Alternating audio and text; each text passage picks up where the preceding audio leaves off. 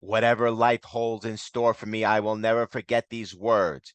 With great power comes great responsibility. This is my gift, my curse. Quote Peter Parker.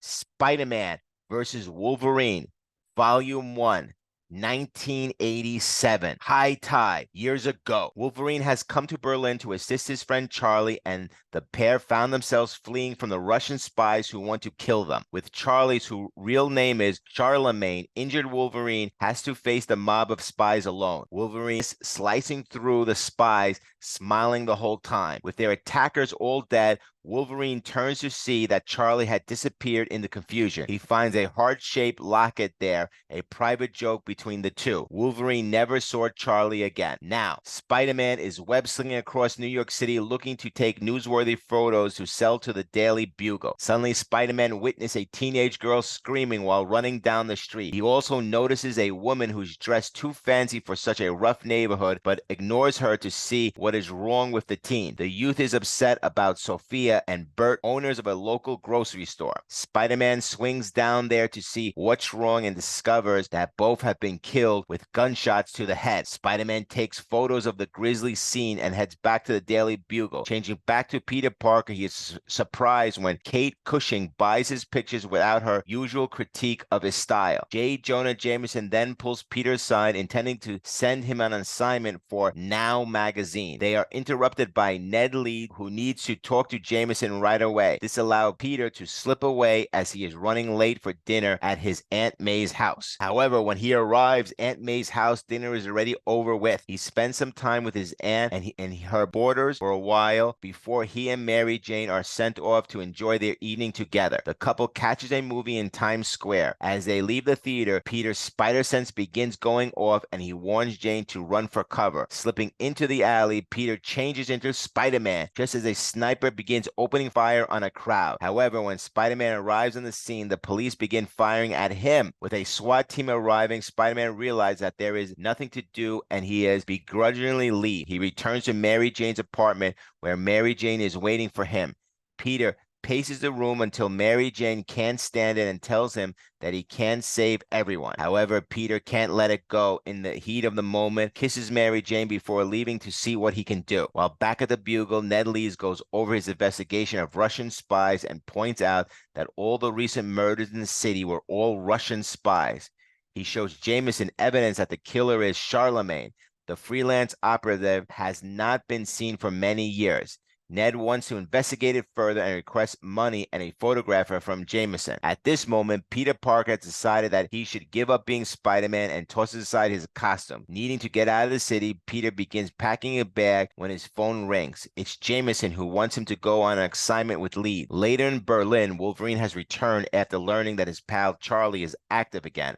The deaths of Russian spies were a means of sending a message to Logan, who wonders why he has come. Walking down the street, Logan thinks about how he came to Berlin despite the protests from Storm, the X-Men's leader, who is concerned over his recent attacks on their group. Wolverine's senses warn him of two men approaching him from behind. However, he dismisses that they are Russian spies giving their mannerism. Logan lures them into a trap and ambushes them in the bushes. He decides against killing their muggers and lets them go. However, the Russian spies that have been tailing him reveal themselves by shooting the muggers dead. He confronts the two assassins, but spares them when they leave, knowing they are only trying to get a lead on Charlie. Logan then returns to the hotel room where he begins meditating. The next day, Wolverine continues his search for Charlie. Walking down the streets of Berlin, he passes by Ned Leeds and Peter Parker, who is investigating Ned's stories. Although Wolverine doesn't recognize who Peter is, he identifies his scent as that belonging to Spider-Man. He wonders what the wall crawler is doing in Berlin and wonders if they are on the same side. Later, Peter is back in the hotel room finishing a phone call with his Aunt May. That's when Wolverine climbs into the hotel room through the window. Peter tries to deny that he is Spider-Man, however, doesn't buy it and goes through Parker's luggage and finds his web shooters and cartridge belt. Logan insists that Spider-Man accompany him, but Peter tries to explain that he didn't bring his costume. Wolverine doesn't care and leaps out of the window. With no other choice, Peter follows after Wolverine. Along the way, Logan is convinced that Spider-Man isn't in the league with the spies. He tells Peter of his recent encounter with the spies and the dead bodies that ended up in their wake. He warns Peter that these things are going to get ugly and warns him to leave while he still can. Peter asks if he has anything to do with the Charlemagne character that Ned Leeds is looking into. Again, Wolverine warns Peter to leave immediately and to convince Ned to go with him. Peter then walks back to his hotel room thinking about how he made a mistake running away from his problems back home. When he arrives outside his hotel room, he notices the door is open and there is a smell of smoke. There he discovers that someone has tied Ned to a chair and slit his throat. As he tries to process Ned's murder, he doesn't realize that there are gunmen in the room. When he does, it's too late. The men try to question him in German and Russian. Before they can kill Peter, Wolverine comes crashing through the window. He pulls Peter out through the window on the street. Logan tells Peter to get out of the country and go back home. Parker then goes to a nearby bus station, intending to take Wolverine's advice, but can't bring himself to run back home while Ned's killers are on the loose. With great power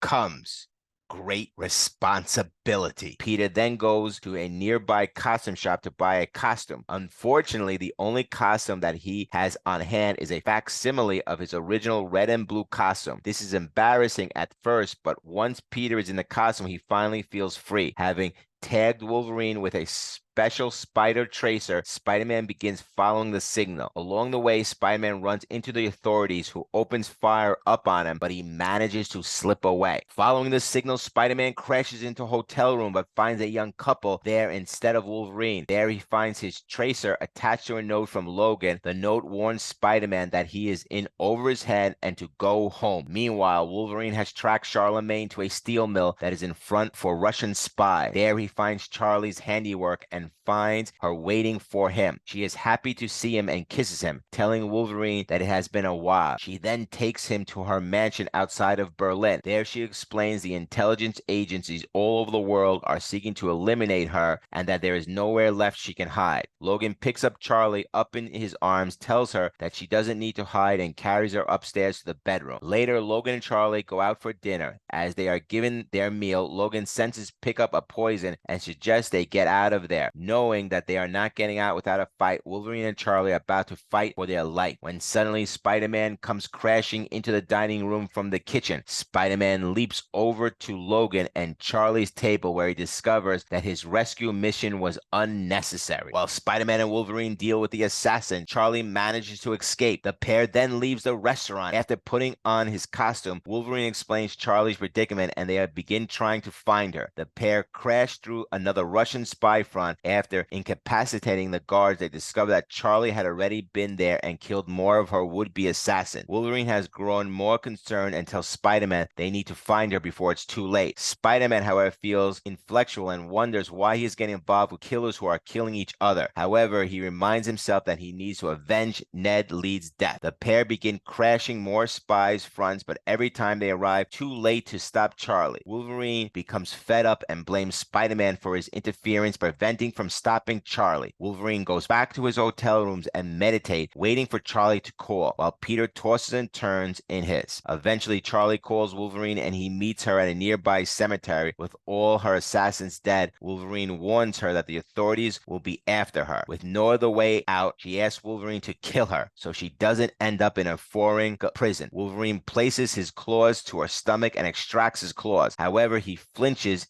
and his cut wasn't fatal as he tries to think of something to say before the final blow. However, before that, Spider-Man catches his arm in a web line. The wall crawler is horrified to see Wolverine is about to kill Charlie. Wolverine tries to tell Spider-Man that he doesn't understand the lives they live and tries to put Charlie out of her misery once again. Unfortunately, Spider-Man refuses to sit idly and watch Logan kill someone. The two come to blows and Spider-Man realizes that may he have gotten in too deep. With Wolverine going into full berserker mode, Spider-Man finds himself fighting for his life. However, he isn't willing just to let himself get killed because of his unresolved feelings for Mary Jane. Spider-Man lays into Wolverine and managed to get a number of powerful blows. Wolverine managed to bowl Spider-Man over and is about to make a killing blow. Spider-Man then grabs the feral mutant by the throat. Wolverine then calls Spider-Man's bluff, pointing out that the wall crawler could easily snap his neck, but he won't because he can't bring himself to kill. Wolverine is furious as Spider-Man has interfered in his plans to stop Charlie from committing more killings. Before the fight can be resolved, a police helicopter appears over the cemetery. While Spider-Man is distracted, his spider sense goes off. Thinking it's Wolverine trying to attack him, Spider-Man turns and punches without thinking and realizes that he has fatally punched Charlie in the face.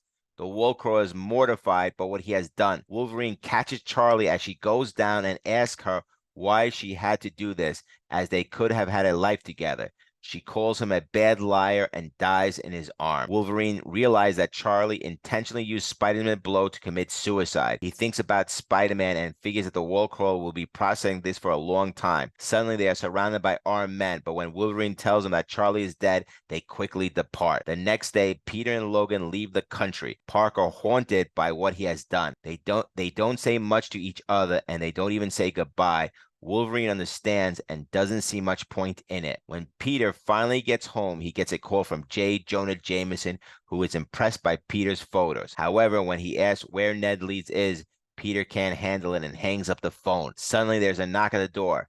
It's Mary Jane, who has come to see Peter now that he is back. With so many bad feelings, Peter could use a friend and invites her in. Notes: the story has many Cold War references, particularly the fact that Berlin is divided between the East and the West, with the Berlin Wall between the two. In addition to this, the Russian spies are referred to as the KGB. These should be considered topical reference per the sliding scale of Earth 616. This is because all events in the story take place in the modern age, particularly when divide of Berlin was brought down in 1989. Likewise, KGB dissolved in 1991 and was replaced with the Federal Security Service and the Foreign Intelligence Service. This flashback takes place after Wolverine's battle against the Hulk in Incredible Hulk number 182. As such, it occurred roughly 3 years prior to the story, per the sliding scale. Spider-Man mentions that it is the 1980s. This should be considered a topical reference per the sliding timescale of Earth 616. He also mentions how he got his powers as detailed in Amazing Fantasy number 15. Mary Jane is looking at the old photos of herself, Flash Thompson, Liz Allen, Harry Osborn, and Gwen Stacy. Peter states that they were the good old days from when they were in high school. However, Peter never went to high school with Mary Jane or Gwen Stacy, having met them both after he began attending Empire State University in Amazing Spider-Man number 31. Peter and Mary Jane haven't been an item since she turned down his proposal in Amazing Spider-Man 183. This story seems a renewal of their romance. This story occurs not long after a Mutant Massacre event that occurred in Uncanny X-Men 210 to 213, an attack by the Marauders forced the X-Men to flee their headquarters. The infiltration that Storm mentioned is the recent possession of Dazzler by Malice in the Uncanny X-Men 214. Spider-Man and Wolverine first met in Marvel Team Up Annual number 1. The details of Ned Leeds' murder was revealed in Amazing Spider-Man 289. Spider-Man is depicted in slipping over the Berlin Wall and clashing with the Eastern Berlin military. This is, of course, a topical reference per the sliding scale of Earth 616. Next issue is Amazing Spider-Man Volume 1, 289, The Hobgoblin Revealed. This story follows the events of Spider-Man versus Wolverine, number 1.